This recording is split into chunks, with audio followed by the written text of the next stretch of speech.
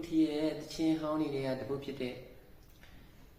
အနေတိုင်းကြီးမှာမင်းရောက်လာဆိုတဲ့တချင်းလေးကိုတိကျတိဆိုပြီးဒီမှာလေတချင်းလေးကအရန်အတိတ်ပဲရှိတယ်ဗျကောင်မလေးတယောက်ကကိုမလိုအပ်တော့တဲ့အချိန်ပေါ့နော်အထူးဖြင့်လူပြိုကြီးတွေပေါ့ဗျာလူပြိုကြီးတွေအသက်ကြီးပြီးလုံးဝမလိုတော့ဘူးမိမမြည်တော့ဆိုတဲ့အချိန်ကျမှဟာလာအရင်ဒီစားဟောင်းကပြန်ဆက်သွယ်လာတာမျိုးမမလို့ရှင်လဲပေါ့နော်အဲ့အချိန်ကျမှအချစ်သေးတွေ့တာမျိုးပေါ့အဲ့အချိန်မှာဆိုလို့ရှိရင်တော့ဒီခန်းစားချက်ဒီတချင်းလေးနဲ့အရန်တိုက်ဆိုင်နေလို့ပြောလို့ရမှာပေါ့နော်အနေထိုင်ချိန်မှသူရောက်လာတယ်ပေါ့နော်လက်စင်ကြည့်ပါတချင်းအရန်နဲ့တိတ်ပဲရှိပါတယ်